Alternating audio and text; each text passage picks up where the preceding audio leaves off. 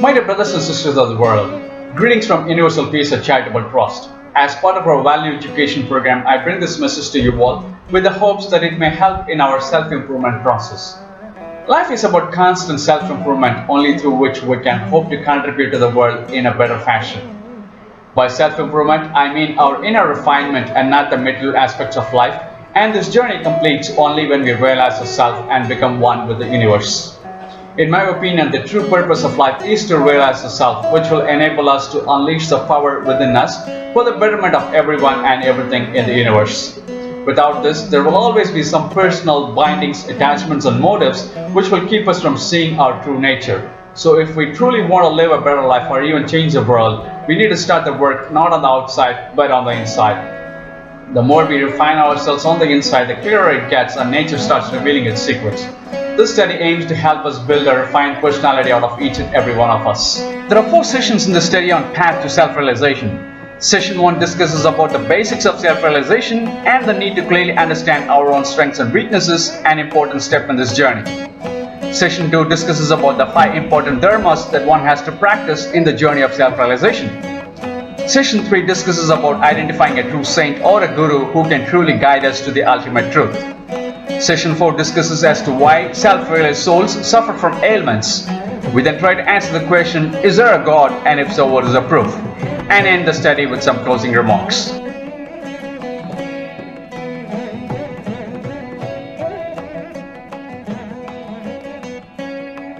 Session 1. In this session, first we will look at the basics of self-realization. We will then see the need to clearly understand our own strengths and weaknesses, an important step in this journey. The terms self-realization, enlightenment, knowing thyself, liberation, etc. all refer to the same concept, that is to realize God within us. Knowingly or unknowingly, we are all journeying towards that ultimate truth, irrespective of what we may be pursuing at any given point of time in our life, which includes pursuits of all sorts of materialistic pleasures as well. Ironic as it may seem, it is true in the sense that once we attain what we are after, we would still find our life being incomplete and would continue to go after other things.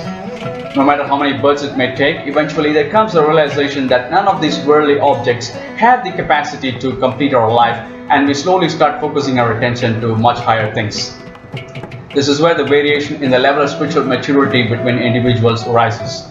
Also, the awakening happens based on our good and bad karma of our present and past births. The general rule is that even when one is awakened, the progress is slow and steady as nature has intended. Try to give up the burning desires for all the pleasures of life overnight can and will produce undesired results. But sometimes we do see a millionaire turning a monk overnight, don't we? This means that particular individual has journeyed through the evolution process completely, his or her karma is nearing the end, and he or she is awakened deep enough to take up seeking the ultimate truth as a mission of his or her life. The state of mind of that individual would be such that all the burning desires of life are now fully converged towards this one and only thing, that is to realize God. This desire would be so overwhelming, like how one would be desperately gasping for air when drowning in a pool. The longing would be so much that hearing, talking, thinking about anything else would be so boring and seem like a waste of time. The affinity would be so much that one would not be able to control the tears when one is standing in front of a deity of the Lord. When one reaches this stage, one can be sure that he is ready to dedicate himself entirely to seeking God inside. How it truly wishes that he reaches level of spiritual maturity. This individual may or may not complete the task of becoming one with the self in that lifetime, and if not completed, the journey continues in the following words. These individuals are termed as mumukshus in Sanskrit, which means one who is preparing himself for the ultimate truth. It is common sense that the foundation laid for anything determines the longevity of the thing. So before we consciously tread on the path of self-realization, it is good to have some understanding of the concept, know the basic requirements, and the trail that can lead us to the goal, and that is what we will try to accomplish in this study. As mentioned earlier, self-realization is about realizing God within, and when one reaches that state, one cannot but see God in everyone and every living and non-living thing that they can and cannot see. It is important to understand that self-realization is beyond materialism of all forms and religions too. Self-realization is not owned by or restricted to any one particular religion. All accept religions of the world accept and preach liberation one way or another, but only the methods vary. So it is very important to develop a broader outlook on religions, accept and respect them equally. When self-realization is about seeing God in everyone and everything, it should not be hard to accept God in Jesus or Allah or Buddha or Shiva or even nature for that matter. In other words, forms may be different, names may be different, but they all represent one common thing, God. Also, it is important not to confine God only to forms. Formless worship is also quite common in several religions, and as per the ancient scriptures, God is both of form and otherwise. The moment we confine the supreme power to something specific, we negate the principles of self-realization. How can we confine infinite energy to a finite object? Due to our own physical and mental limits presented by our ego, we confine the supreme energy to something we can relate to and connect with. But in reality, the supreme energy can neither be confined nor be defined but can only be experienced. Hence, the notion of my religion or God is the best and everything else is untrue or incomplete has to be completely eliminated from our minds. The moment we start comparing one with the other, we miss the big picture. Self-realization is not about which one is best and which one isn't. In other words, it is not a race towards anything. On the contrary, it is where all the races of life end and pure unadulterated love begins to flow ceaselessly towards everyone and everything without any distinction whatsoever. These basic qualities lay the foundation to realize the truth, lack of which indicates that I am not refined enough to realize the self. If knowing the basics of self-realization is important, knowing exactly where we stand in our journey towards that is equally important. In other words, we need to have a clear idea as to who we are, what we are after, what our strengths and weaknesses are, and so on. I recall an interesting and a very funny incident from which I discovered a lot about myself. Sometime in 2004, one of my friends told me about a 10-day spiritual retreat where they taught meditation. I don't remember the exact place, but it was about 500 miles from Chicago. I decided to give it a shot. Only after reaching the place I found out that the background was not the same as my religion. But it didn't matter to me as I tried to accept good things irrespective of the faith it originates from. The meditation center was in a very lovely, secluded and peaceful location. It was winter time and the snow added beauty to the place. It is common that retreat places such as this follow a strict daily schedule so that attendees reap the full benefits of the program. The day started at 4 in the morning and ended at 9 in the night. No one could leave the premises for the duration of the program. No one was allowed to talk to the other attendees except during break times, which were very minimal.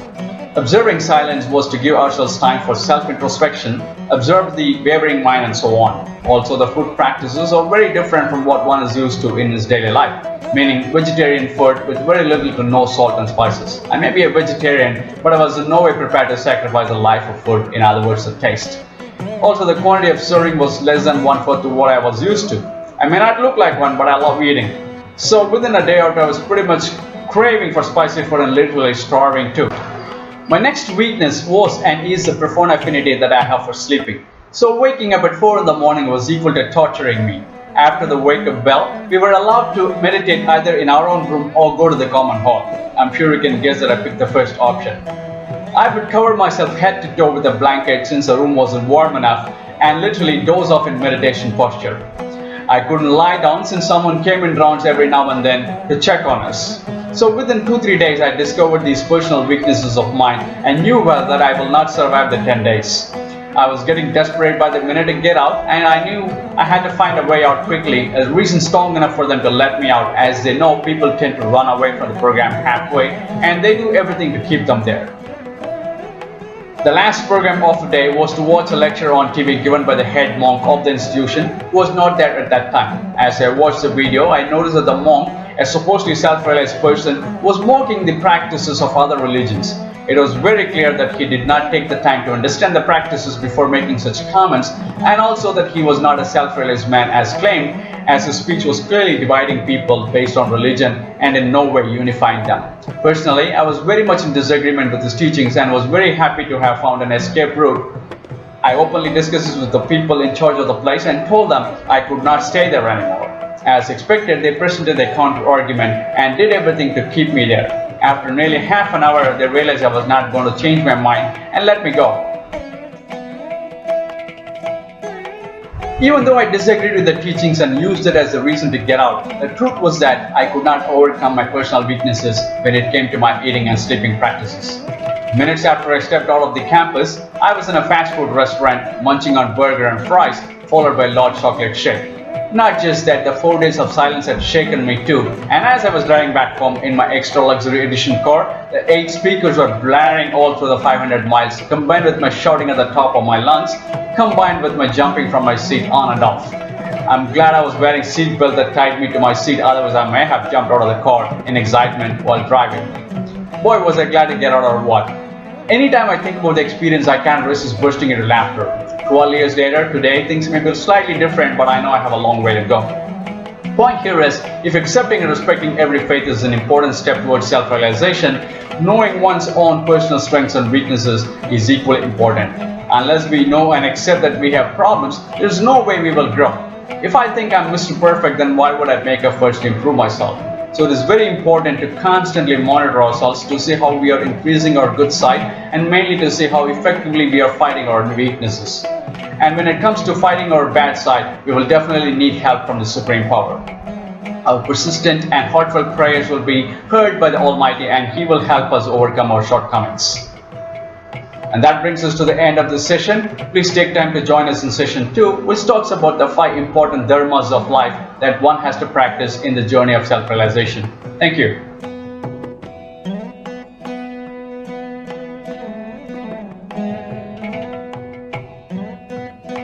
Session 2. In this session, we will look at the 5 important dharmas that one has to practice in the journey of self-realization. The Sanskrit word dharma has at least 2 meanings. Giving alms to a beggar is known as dharma. Dharma also takes the meaning duty, which varies according to the nature of role we play in our life, such as dharma of a family man, or dharma to the society, dharma as a ruler, dharma as a teacher, dharma associated with any role in an organization, and so on. Kanchisiar Mahaperiva quotes 5 common dharmas as a basic qualifiers for the seekers of self-realization. Those 5 dharmas are ahimsa, non-violence; satyam, truthfulness; asteyam, lack of lust for something that doesn't belong to us; sausam, purity; and indriya nigraham, which is self-control. Let us now look at the first quality required for seekers of self-realization, which is ahimsa. Ahimsa means non-violence through thoughts, speech, and action. In its fullest sense, it applies not only to fellow humans, but also to all living forms, animals, birds, and even bugs, plants, trees, creepers, etc. In nature's creations, every living form has the equal right to go through its life to the fullest. Reality is different though. Let us take a look at some examples from our everyday life. A student in a school is punished in some form, writing imposition for example, for not doing homework. A child gets punished at home in some form, denying a toy for example, when it does something that is categorized as wrong.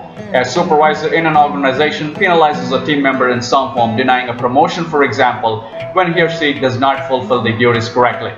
The government or police punishes an individual who breaks the law by putting the individual in jail or fining and so on. So the question of violating the principle of ahimsa in every aspect of life arises. It also seems that in reality ahimsa is almost impossible thing to follow in its entirety.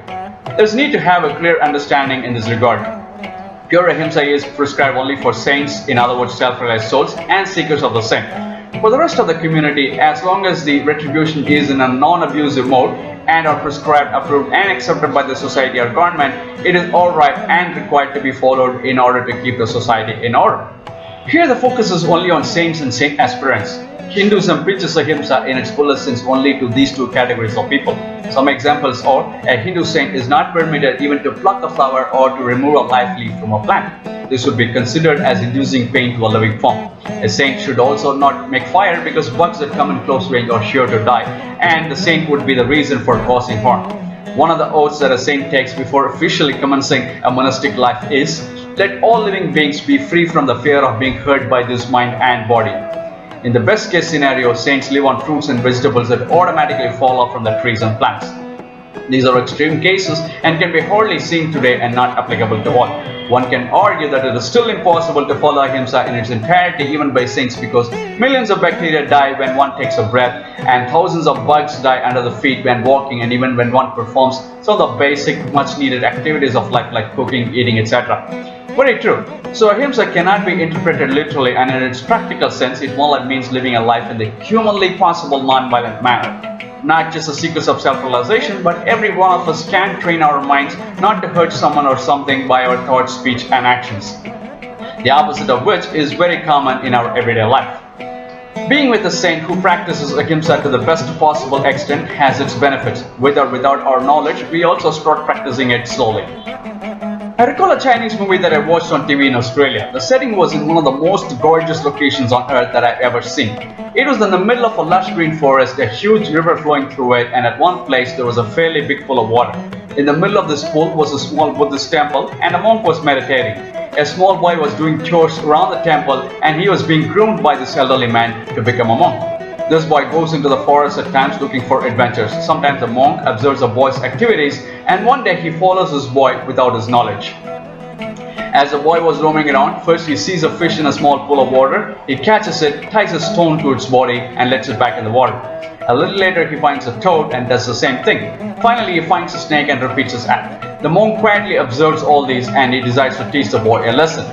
While the boy was asleep, he ties a rock weighing a few kilos to the boy's back. When the boy wakes up in the morning, he feels a heavy object on his back but couldn't get it off him. The monk reminds the boy of what he did the previous day and asks him to go back to those places and rescue those poor creatures. He also warns the boy that if anything happens to those creatures, the boy will have to carry the guilt all through his life for hurting those poor creatures for no reason. As the boy climbs the rugged hilly path, he finds it very difficult to walk with the rock on his back. He manages to reach the first spot but finds the fish dead, for it couldn't swim with a stone on its back. The boy feels very sorry for the fish. He then locates the toad and was happy to see it alive but struggling to swim.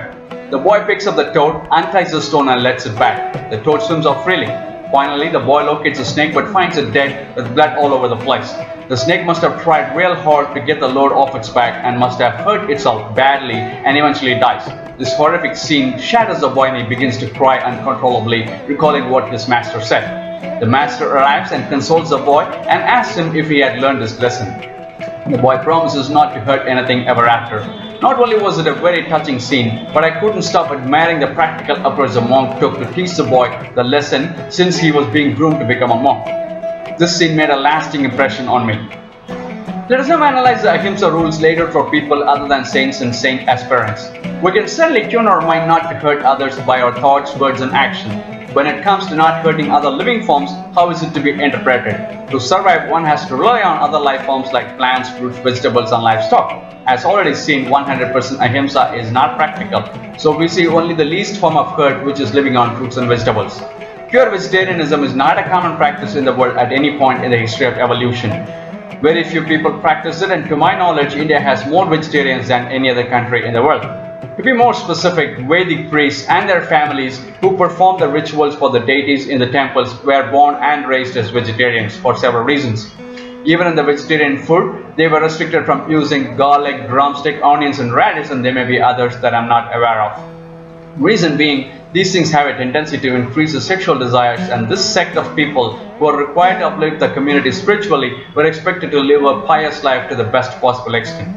Purity of mind was also emphasized, as this community was responsible for the sacredness of the temples and its activities. Sex was to be used only for procreation to fulfill the family duties and not stimulated by any means. Being a vegetarian helped in this process. Vegetarianism takes us one step closer to ahimsa and is a good thing in terms of maintaining a healthy mind and body, but definitely not a must for everyone.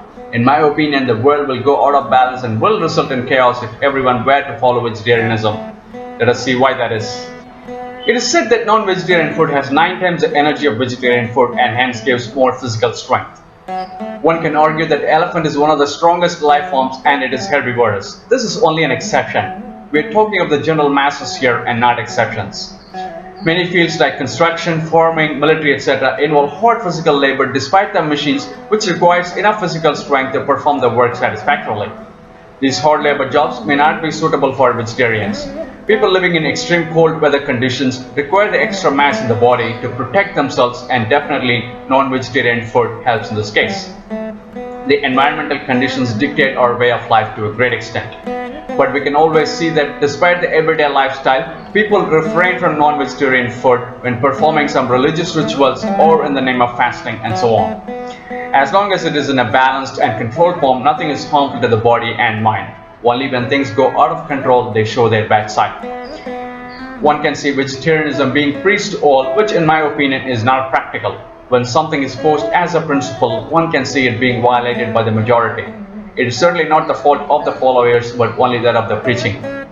Religious principles have to be based on the understanding of human desires, give room to accommodate those as long as they are not harmful to the society, and let evolution take its own course for the understanding to occur naturally rather than forcing it. Let us now look at the second quality required for seekers of self-realization, which is truthfulness. Just like ahimsa, truthfulness is to be practiced through thoughts, speech, and action. In its literal sense, truthfulness is about speaking the mind as is and putting the spoken words in action. This means there is no contradiction between what we think, speak, and act, and that all three are in sync. This is applicable only for self-realized souls who have attained the utmost purity of mind. As his mind is always filled with the ultimate truth, there is no room for undesirable thoughts and hence no undesirable actions or words. Also, in that state of mind, everything that happens on the outside is an illusion. Hence, all distinctions between good and bad fade away and everything is seen as part of the Supreme Force. Seekers of self-realization who are in the process of mind purification can gradually get there. For the rest, truthfulness takes a slightly varying definition. Common minds have both good and bad thoughts without any exceptions. Depending upon which one dominates the individual, his or her actions take the direction and he or she is categorized as a good or bad individual. In a drastic attempt, if I were to start saying every single thought that comes to my mind and start putting them into action, I'm sure to get in trouble. So for a common man like me, truthfulness is not about speaking the mind, but it is about putting the good thoughts that come in the mind into words and actions. As the level of good thoughts gradually increases, it overpowers the bad thoughts and eventually eliminates them completely, which is when one can start speaking the mind without any negative consequences. As per the ancient scriptures, there are certain rules to be followed even when speaking the truth. If truth comes out in an arrogant or authoritative manner, it may not be appreciated by the receiving end. In order for the message to reach the audience, it has to come in an acceptable manner. For example, in places where cleanliness is a big issue, one could see people throwing away garbage on the street, ignoring the trash bin that may be there. Now, if I were to raise my voice with offenders, I will only end up making enemies. But if the message is conveyed in a polite fashion and with enormous patience, it will have a great and lasting impact. Let me recall a personal experience here. Even though my inner awakening happened in 2001, it was only sometime in 2005 I first opened my eyes and started looking at the world around me with all seriousness. For 4 years, it was a learning period, which continues even today, about the priceless traditions and culture of India. So it was more of a shock to see the present day India. I was actually boiling inside to see how India has changed for the worse in the past few centuries. As a result, my first writing was a movie script titled Wake Up India that I planned to produce in the US, but the attempt failed. The script was about the effects of sexual contents and violence in media on society. Immediately after coming back to India for good in 2006, I started writing articles and launched my website wakeupindia.net. In all these efforts, I did not realize the mistake I was doing. The speech and the writings were nothing but boiling emotions that erupted like a volcano. Even though I was writing the truth, I was blatantly accusing of all the wrong things in the society. The least did I realize that I will only end up achieving the opposite. Thinking of it now, if I were to hold my first DVD or the copies of my first few articles, I myself would drop them like hot potatoes, unable to take the heat from them. Fortunately, this did not continue for long. I'm not sure where I picked this information from, but I'm so glad I read Leo Tolstoy's words. Only one clear quality marks an action as either good or evil. If it increases the amount of love in the world, it is good. If it separates people and creates animosity among them, it is bad. These words struck me like a lightning. It was an opportunity to realize that words have immense power. So my first step was to fix the articles that I wrote. I trashed the remaining copies of the DVDs. Since then, I have significantly changed the tone of my writing so it may spread love and peace around the world. Even when bringing out the negatives, I try to do it in a constructive manner. This is my perception, and unless my readers and listeners tell me otherwise, I wouldn't know to correct myself. The point here is, if the truth is not presented in the right way, it will not be received well. Vedas say, if I'm unable to communicate the truth in a pleasant manner, then I better not tell anything. Also, there are cases when telling a lie isn't a sin. When it comes to a matter of protecting someone for genuine reasons, the best thing to do would be to lie instead of letting them get hurt. A woman being chased by someone for the wrong reasons is one such example. Let us now look at the third quality required for seekers of self-realization, which is asteyam. Asteyam means lack of lust for something that doesn't belong to us. What comes without hard work goes away just as easily as the way it came. And if it comes through dishonest means, when it goes, it will take away even what we originally had. There is a great saying in Tamil which goes something like, no matter how much oil we spread on our body and roll on the beach, only limited amount of sand will stick to us. What it means is only what belongs to us stays with us. Gambling or lottery, for example, creates overnight millionaires. It gives an illusion of becoming rich sooner, but hardly the riches stay with the person unless the winner wisely shares it with the poor and needy and uses it for other noble causes. Day in and day out, thousands of people from around the world knock the doors of casinos, but unfortunately, they either lose what they already had or they lose what they had already won. It's a mirage. There's no winning there. The moment we start comparing our wealth and status with others, our peace of mind walks out the door. The more we earn for what others have, we stop enjoying what we already have. And just because someone is loaded, it does not mean they don't have problems. If I earn in hundreds, I have needs in thousands. If I earn in millions, I have needs in billions. The race never stops unless we put an end to it. Money is a very powerful thing, as we all know, but its true power can only be realized when it is put to good use. Bottom line, developing contentment with what we have is very important. There are millions of people suffering for one reason or the other, and if we compare ourselves with them, I'm sure we will develop a sense of gratitude to the Lord for what He has given to us. Let us now look at the fourth quality required for seekers of self-realization, which is sausam. Sausam means purity, and in this context it refers to both inner and outer purity. In self-realization terms, inner purity is far more important than the latter. Many self-realized souls do not identify themselves with the world, for they have nothing that binds them to it. Generally, they stay detached from everything and do not pay attention to personal care in terms of bathing, proper clothing, etc. The sense of this body is me is completely gone, and they are entirely immersed in the eternal bliss all the time. I don't know about the other places in the world, but in countries like India and Sri Lanka, there is very much a possibility of a self-realized soul roaming in the streets looking like a beggar or a madman to the rest of the world. They take this kind of outward looks purposely to stay away from attention and to keep the worldly people away from them. Let me clearly state that this is not to be confused with people who take beggary as a livelihood out of choice or circumstances. In only 1 in a million like that, there may be a self-realized soul hiding. So in the olden days, beggars were treated with courtesy, for people knew there may be an enlightened soul in that body, and they wouldn't want to commit a sin by disrespecting them. This indirectly benefited the beggars too, for they were saved from harsh treatments. Neglecting the outer purity is only applicable for truly enlightened souls. For a common man like me, outer purity is equally important, for it is a step towards inner purity. Outer purity does not only mean bathing and dressing up well, it also includes our actions. This body is given to us for the benefit of others. The more our energy is spent looking after the needs of others, the more our mind is purified. Ultimately, it leads to cleansing the mind totally so the Lord can come and occupy it, which is when we become complete in all respects. Let us now look at the fifth quality required for seekers of self-realization, which is Indriya Nigraham, which means self-control. You recall the funny incident that I narrated in session 1 about my retreat attempt in the US? Well, to be honest, I haven't changed much since then. Sometimes I feel evolution is too slow. It is needless to say that I'm not totally qualified to preach about self-control, while I'm myself struggling so badly at it. Self-control and me being a few galaxies apart, if I start preaching about it, it would make me a hypocrite. What I currently have is only the longing for mastery over this mind and body. So I will stop with only defining what self-control is all about. Generally, we give in to our weaknesses through the 5 tools we have: eyes, ears, tongue, body, and most of all, our minds. We let our eyes see that are not healthy to our mind and body. We let our ears hear unwanted things. We let our tongue taste anything and talk anything. We let our arms and legs do things that are neither good for us nor for others. Anything that we do with these 4 tools ultimately corrupt the 5th tool, which is our minds. From a different angle, in order for these tools to act, they need to get a command from the mind. They do things what the mind asks them to do. So there is a connection between the two. Self-control begins with controlling the urge, meaning not doing things that we know are not good for the mind and the body. Controlling the mind is not easy. So we start with the tools and deliberately refuse to carry out the mind's command if we know that it is not for good. This is also very difficult if we are too weak, but there is a better and easier way to handle it.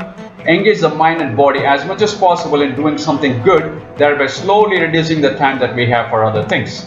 The advantage is that the mind gets automatically tuned to thinking nothing but good, and the weaknesses slowly lose their strength.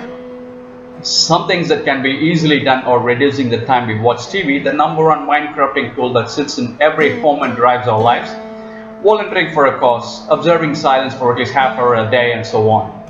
Attaining total self-control over the mind and body could take years or even decades, but we have to start somewhere someday.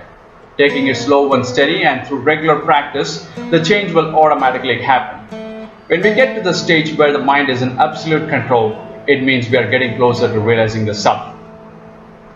And that brings us to the end of this session.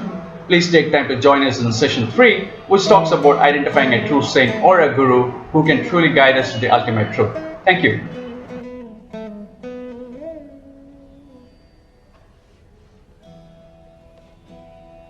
Session 3. In this session, we will look at identifying a true saint or a guru who can truly guide us to realize the self. For those seeking the ultimate truth, it is very important to seek a guru who is self-realized. With so many fake religious and enlightened gurus around the world, one has to be extremely careful before following someone. Question is, how to identify a self-realized soul? The trick is that only a self-realized soul can identify another. I'm seeking help outside because I know I'm incomplete in some aspects but have a strong desire to be complete. So as an incomplete human, how can I identify someone to be complete in all respects? Just because someone is capable of doing some things that I'm not capable of doing, it does not make them a complete soul. For example, people tend to flock to individuals who claim to work miracles in the name of God. While the miracles may be genuine, it does not necessarily qualify them to be an enlightened soul. When one is seeking God and nothing but God in all sincerity, the Maya, in other words illusion, does everything it can to distract the person from attaining liberation. During the years and years of meditation, as the spiritual power of the aspirant increases, he or she attains 8 phenomenal supernatural powers. This is called as Attama Siddhi in Tamil. With these great powers, the individual may be able to perform almost any miracle, from curing ailments to producing gold plates out of space, to producing 2 or more of his own bodies at different places at the same time, flying through space and being in another part of the universe in a jiffy, and so on. It is almost like playing God. The Lord tests the individual to see if he would be attracted by those powers and forget his ultimate goal. The temptations are overwhelming that it is very hard to ignore them. Many aspirants of self-realization do fall for this trap and get immersed in these powers. Only those who are able to withstand these temptations and seek only God and truly nothing but God are able to realize God in His true form. Now we know how difficult it is to reach this stage, and also that maybe only once in a blue moon and maybe 1 in a billion may reach this final state of purity. The rest are merely miracle performers, and unfortunately people take them to be God men. Well, personally, I may not need such powers to get distracted from God. Simply worldly matters like a table filled with the mouth-watering delicacies would do to keep myself away from God. Or if the Lord were to wake me up at 4 in the morning and said, "My son, I'm pleased with you and I'm giving you liberation now," I would tell him, "Lord, could you come back after 2 or 3 hours, please? It is 4 in the morning, it's freezing outside, and I'm all snuggled up in my warm and cozy bed. Could we not take it up a little later, please?" Now you know how far I am from reaching the goal. Coming back to the subject, self-realization is not about working miracles. It is not about telling your past, present, or future without knowing you. It is not about producing a gold coin from nothing. It is not about curing ailments in the blink of an eye, and it is also not about renouncing everything outwardly, going into a cave and isolating ourselves from the world. The renouncing has to happen within, the detachment has to happen within. When the mind has been cleansed of all impurities and it has nothing to seek but God, it does not matter much as to where we are, how we live, what we wear or eat, or any such things. A self-realized soul is like a 2-year-old whose heart is as pure as it can get. A 2-year-old would be as happy living in a hut as in a palace. It would play as cheerfully with the stone it picked on the road as it would with a precious diamond. It would smile and shake hands with a beggar on the street wearing dirty clothes as it would with a man of power and position. It would sit on the lap of a serial killer and feel completely safe as it would on its own father's laps. A truckload of money is nothing more than a bunch of papers it can use to make paper boats or even scribble upon. A true saint is like that, and it is rightly said that only saints and children are the happiest beings on earth.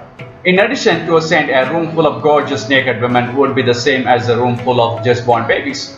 There is neither a friend nor an enemy. Praise is the same as criticism. Living in the extreme cold is the same as living in scorching heat. The I is completely gone in all respects. The thought that this body is me is entirely gone. That is why self-realized souls don't pay any attention to their bodies, whereas we protect our body even in our sleep. adjusting the blanket based on the temperature, killing a mosquito when it sits on ours, and so on. There were plenty of occasions when Mahapariva, Ramana Maharshi and others like them instructed their devotees not to hurt even cockroaches, rats, snakes, dogs, ants and so on. This is due to their abundant flow of unadulterated love towards all beings. To us, our body comes first more than anything else. How many times do we look at the mirror each day? How do we groom ourselves so meticulously? How many treatments do we go for in trying to cure an ailment? How do we long to remain young forever? And the list is endless. All of these complexities are only for people like me. But a self-realized soul becomes one with the universal force. And after that, no external force affects the individual. In fact, there is no external force after that. Like I said, only a self-realized soul can identify another. In connection to this, let me quote an incident that happened in Mahapariva's life. Paul Brandon from England, who was on a spiritual quest to India, happened to meet so many saints and so-called saints, but his quest remained unfulfilled. When he came to know of Mahapariva, he went to him and asked for spiritual guidance. Knowing his earnest desire, the seer asked him to go see Ramana Maharshi in Tiruvannamalai. The world knows Kanchi seer as an enlightened soul, and he could have guided Paul like he had done for many others, but he did not. Instead, he directed him to Sri Ramana Maharshi. This was to let the world know of yet another self-realized soul in living form. So if the identification comes from a self-realized soul, one could entirely trust on it. But presently, if we are unsure of who is and who isn't a complete soul, how do we identify a guru? The answer is, when the student is ready, the master appears. Meaning, when we are completely ready to pursue the path, the answer or guidance comes from within and we will meet the right teacher.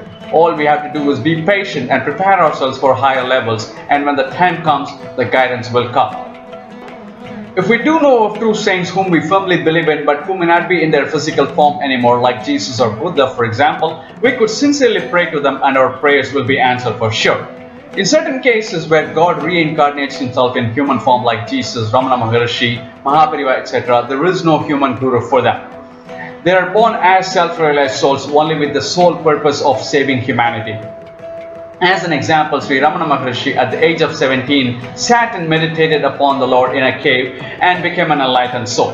There are many such cases. In the present times, if we are unsure who is a true saint and who isn't, one can take the Lord himself as his guru and meditate upon him. In such cases, either the Lord will guide the seeker to the true guru or saint from whom the seeker can realize himself, or he himself will act as a guru.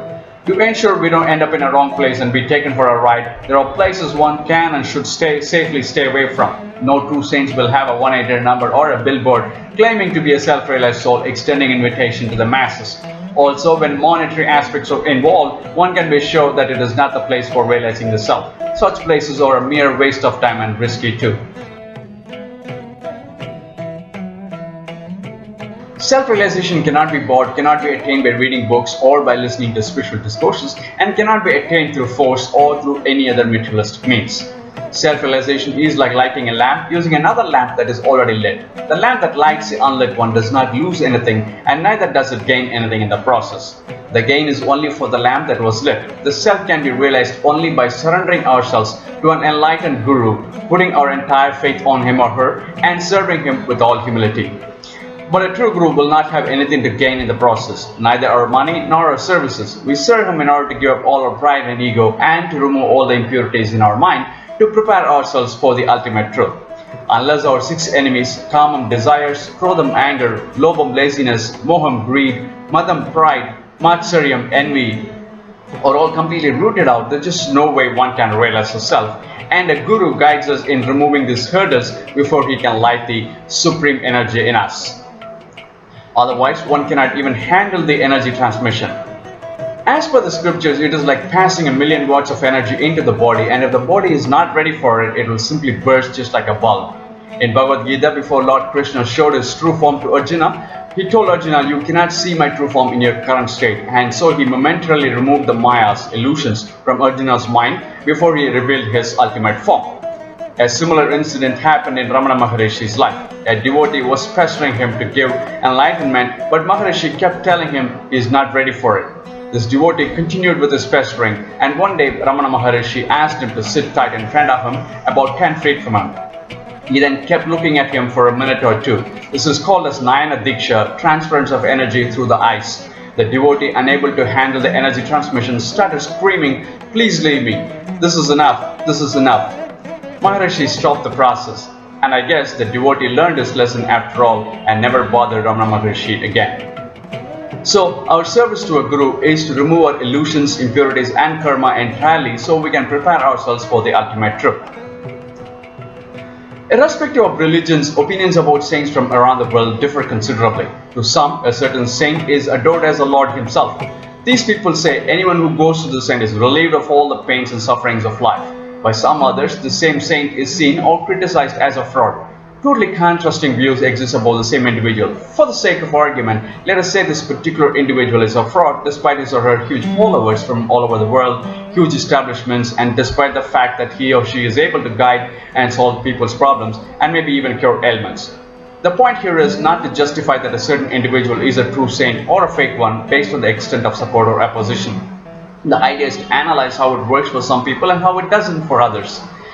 There's an explanation for this in Vedas. Let us say someone were to take a certain individual as his guru, either to guide him in his personal or professional life or to even realize his self.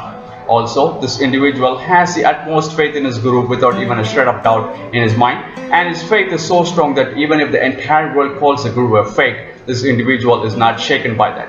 This is called as total surrender, and in cases like these, even if the guru was actually a fake one, the Almighty guides the individual or answers his prayers through this guru itself, just for the fact that his faith is so strong. Developing this unshakable faith in someone is very rare. Bottom line, this unshakable faith is what is required in life, no matter what we are pursuing in life. And that brings us to the end of this session. Please take time to join us in session 4, which talks about why self-realized souls suffer from ailments. We'll then try to answer the question, is there a God? And if so, what is the proof? Thank you.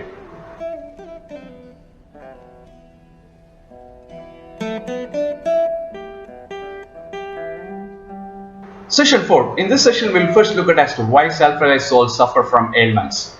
We will then try to answer the question, is there a God, and if so, what is the proof? Finally, we will end the study with some closing remarks. Why self-realized souls suffer from ailments? Here I thought that our bodily sufferings are due to our bad karma, but we do see enlightened souls also suffer through their body. Question is, are they supposed to be in their purest form so they have nothing left to suffer from? There are several explanations to that.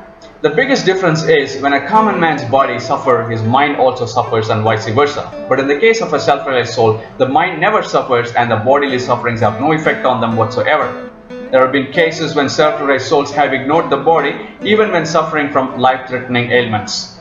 When Sri Ramana Maharishi was diagnosed of cancer, he resisted treatment but eventually gave in to the earnest request from his devotees. He was treated time and over again, but all along he never showed any signs of attachment to it. Eventually, cancer was winning, and it came to a point where the only option was to have his hand amputated in order to stop the spreading. Ramana Maharishi told the doctors and his devotees that there was no need for that and to allow nature to take its course. Some people asked him that he had cured many diseases for so many of his devotees and he could do the same to himself. To this, Ramana Maharishi said, "Did I ever ask anyone for this body to be treated? You wanted to treat it and I allowed it. The fact is that you think that this body is me and it is not." In the case of Sri Mahapariva, cataract developed in his eyes due to old age, but he resisted operation until his devotees persuaded him. He finally accepted to be operated on the condition of not using anesthesia. The doctors and the devotees were bewildered to hear this. As we know, eyes are among the most sensitive parts of the body, and in order to protect them, the eyelashes close in a flash of a second to anything approaching very close to the eyes. This is built by nature itself. Now, can anyone imagine using needles and other equipment in the eyes without sedating a patient? Mahapariva was very firm in his stand, and the doctors had no choice but to operate without anesthesia.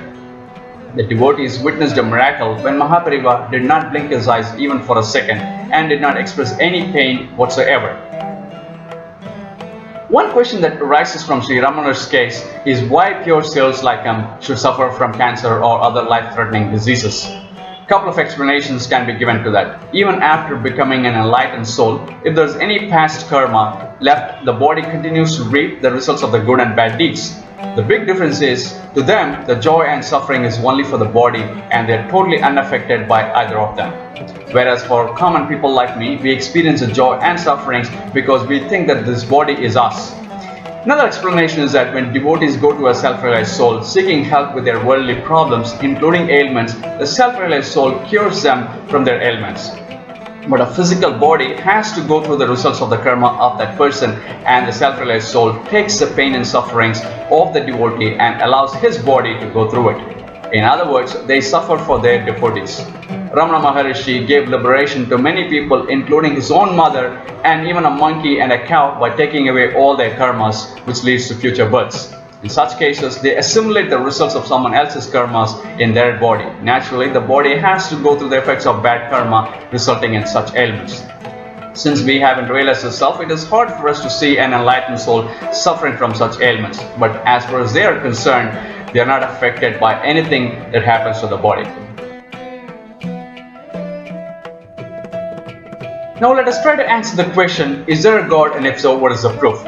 While the ancient age was based on the belief system, the modern age is all about questioning, reasoning, and mainly proving before accepting anything. Things that are beyond our grasping level are generally branded as fake or magic and discounted altogether. Many scientific inventions and discoveries, when they were only on papers, many were skeptical about the practicality of the designs. Galileo's inventions, Wright brothers' design, or some examples that went through testing times. But the world believed them once they actually saw something in action. In the same way, the modern age has not left the concept of God or the supreme power unquestioned. Many people believe that God is nothing but a man-made construct and do not accept any religion or God. Everyone is definitely entitled to their opinion. Some say they will only believe it when they can see it or if God's existence is proved. For the sake of argument, let us say there is no God because most of us cannot see one. Now, to prove otherwise, let us take some basic examples from our everyday life. First example, let us say I accidentally cut my finger and I'm bleeding.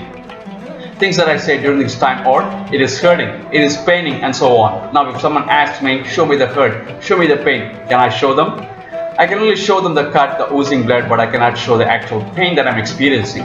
Second example, I say I'm hungry. Someone tells me, I will feed you only if you can show me hunger, so I know that you're telling truth. Now, can I do that? And if I can, does it mean I'm not hungry? Third example, I say it smells good here. If someone asks me to show the smell, can I do that? Why go that far? One of the basics that we need to survive is air. Can anyone show the air that we breathe? And if we can we say there is no air at all? We believe in those things without seeing them. These are based on the principle that some things can only be felt or experienced and cannot be described in words or shown using a microscope or a magnifying glass or other testing equipment.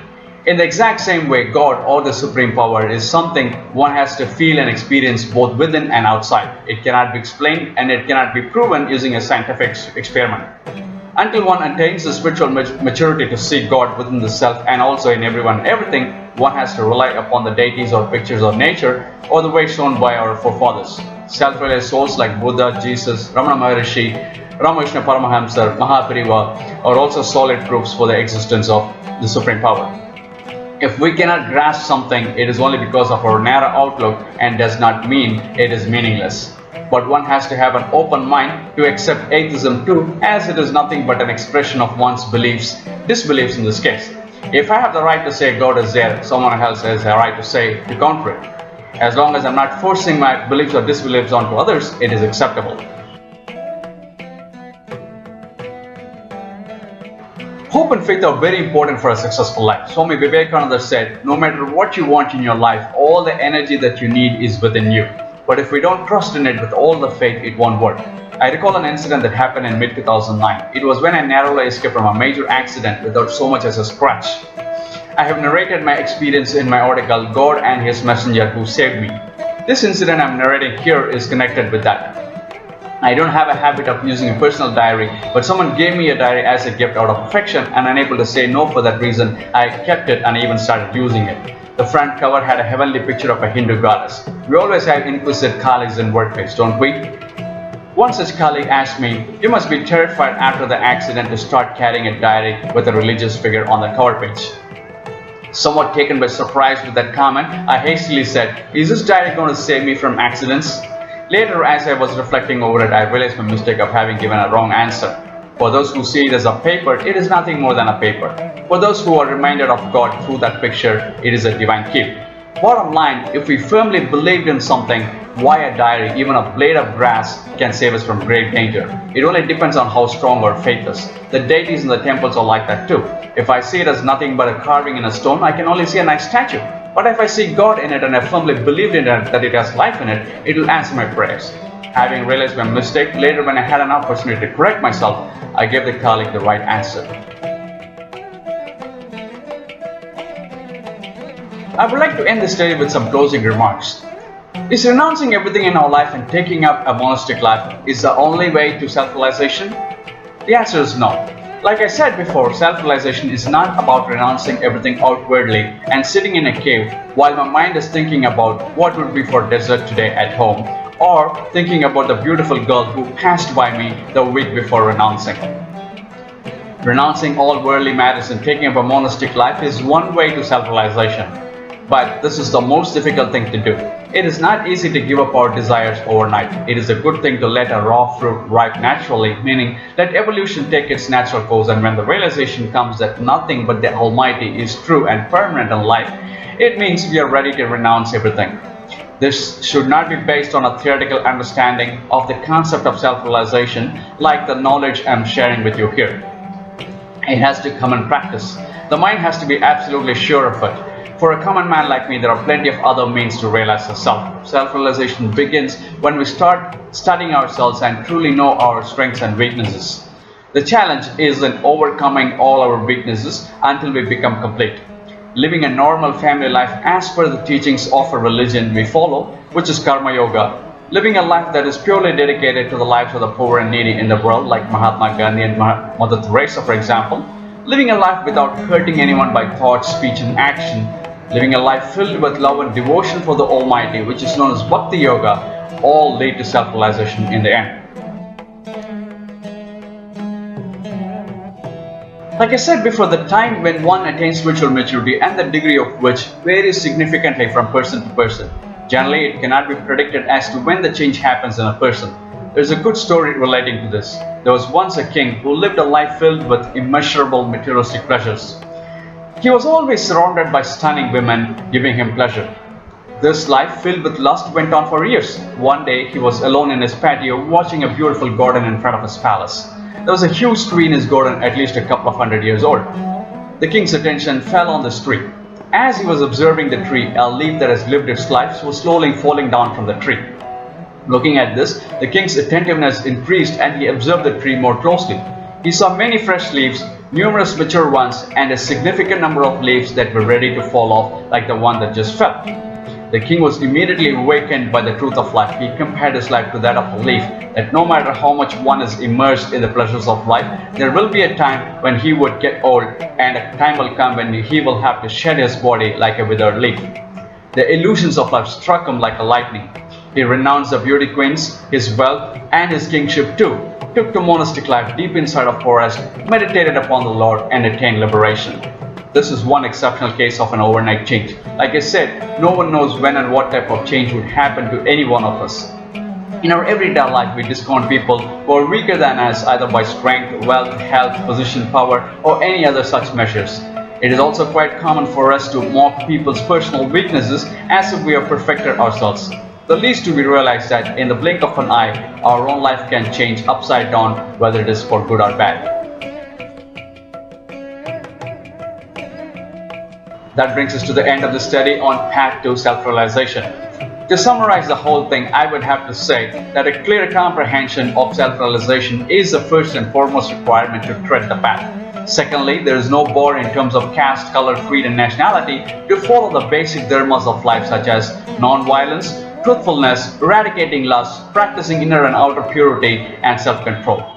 We may not be able to follow it 100%, but we certainly can slowly increase our level with the aim to perfecting ourselves, leading to self-realization. Not just that, the more any society follows such values, the better it is in terms of peace and harmony.